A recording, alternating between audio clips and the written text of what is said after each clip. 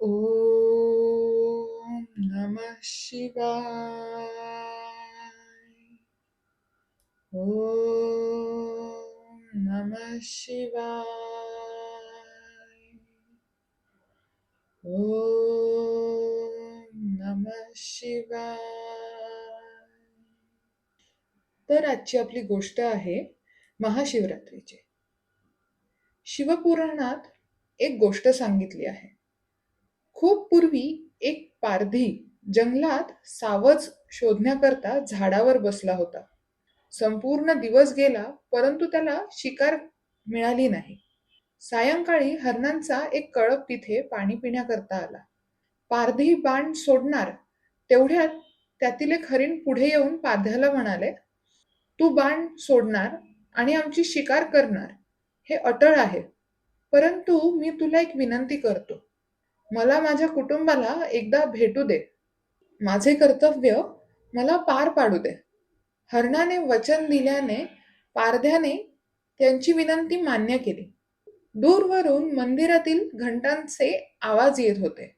ओम नम शिवायचे ध्वनी कानावर येत होते. त्यावर बसला होता ते बेलाचे झाड होते. सहज चाळा म्हणून एक एक पान तो खाली टाकत होता. त्या झाडाखाली असलेल्या शिवपिंडीवर ती बेलाची पानं पडत होती. त्या पारध्याच्या हातून शिव उपासना घडत होती.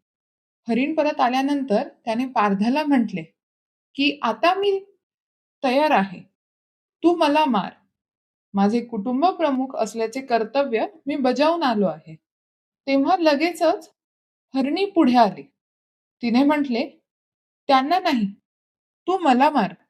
मला माझ्या पत्नी धर्माचे कर्तव्य पार पाडायचे आहे. त्वरित हरणाची लहान पिल्ल पुढे आली आणि म्हणाली, आईला नको, आम्हाला मार. आम्हाला आमचे पुत्रधर्माचे कर्तव्य पार पाडू दे. ते पाहताच पारध्याच्या मनात विचार आला, की हे प्राणी मात्र असून देखील आपल्या कर्तव्याला चुकत नाहीत, तर मी माझा मानव धर्म, दयाधर्म का सोडू? त्याने सर्वांना जीवनदान दिले. देवाधिदेव महादेव हे सर्व पाहून हरणावर आणि पारध्यावर प्रसन्न झाले.